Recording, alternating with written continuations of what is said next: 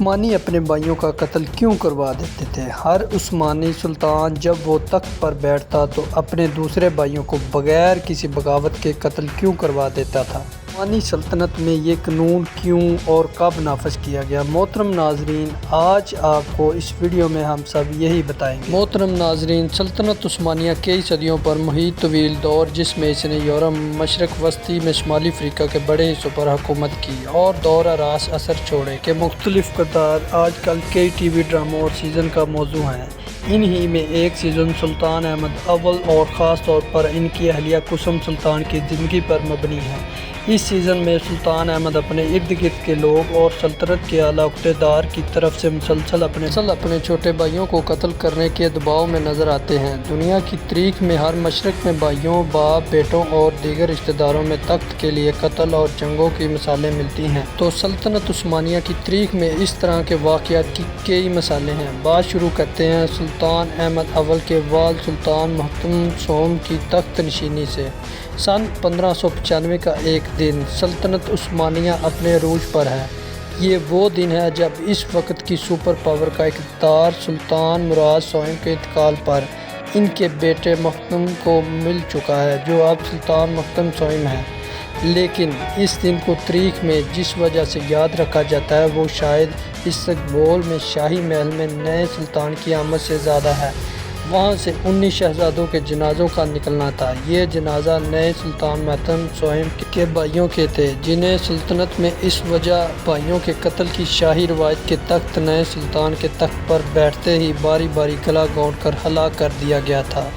سلطنت عثمانیہ کی تاریخ پر مبنی کتاب لارڈس آف دی ہالیوز، مشرق اور مغرب کے آقا میں منصف جسٹن گوڈز نے تاریخ کے مختلف ذرائع کے حوالے سے شہزادوں کی ہلاکت کی روایت بیان کرتے ہوئے لکھا ہے کہ شہزادوں کو ایک ایک کر کے سلطان کے سامنے لایا گیا۔ ان میں سے عمر میں سب سے بڑے شہزادے نے، جو خوبصورت اور صحت مند جسامت کا مالک تھا، التجا کی کہ میرے آقا، میرے بھائی جو اب میرے والد کی جگہ ہیں، وہ میری زندگی اس طرح مت ختم کرو۔ غم سے نڈال سلطان نے اپنی داڑھی نوچ لی، لیکن جواب میں ایک لفظ نہ بولے۔ جینسن اس دن کا ذکر جاری رکھتے ہوئے لکھتے ہیں کہ گلیوں میں یہ جنازے جاتے ہوئے دیکھ کر استقبول کے شہروں کے دل ہل گئے۔ مورخ لیلس پی پیرس نے اپنی کتاب میں اس زمانے میں تیار کی گئی ایک رپورٹ کا حوالہ دیا ہے کہ سلطان مراد سوم نے جنازوں کے ایک روز بعد ہی ان کے 19 شہزادوں کے جنازوں کے موقع پر استقبول کے شہریوں کی دوگنی تعداد باہر آئی تھی اور ہر آنکھ اشک بار تھی۔ محترم ناظرین، اگر 1585 سے 21 برس پیچھے جائیں تو معلوم ہوگا کہ سلطان محمد سوم کے والد سلطان مراد سوم کی حکمرانی کا پہلا دن بھی مختلف نہیں تھا اور انہیں بھی ایسے ہی مشکل فیصلوں کا سامنا کرنا پڑا تھا۔ سلطان مراد کے والد سلطنت عثمانیہ کے 11ویں سلطان سوم دوم کا سن 1574 میں 50 برس کی عمر میں انتقال ہو گیا۔ اس سال سلطنت عثمانیہ نے شمال افریقہ میں تونس بھی فتح کر لیا تھا۔ سلطان کی باغ دوڑ اس کے سب سے بڑے بیٹے مراد سوم کے ہاتھ آئی، جو اپنے بعد والے بھائی سے 20 سال بڑا تھا اور ان کی جانشینی کو بظاہر کسی سے خطرہ نہیں تھا۔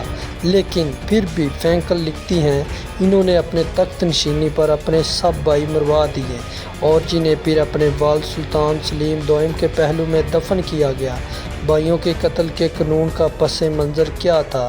درجنوں شہزادے اور شہزادیوں کی ان ہلاکتوں کی قابل ذکر بات یہ ہے، یہ شہزادوں کا مر جانا کسی بغاوت یا کسی اور جرم کا نتیجہ نہیں تھا، بلکہ ان میں سے کچھ تو غلطی کرنے کے قابل بھی نہیں تھے۔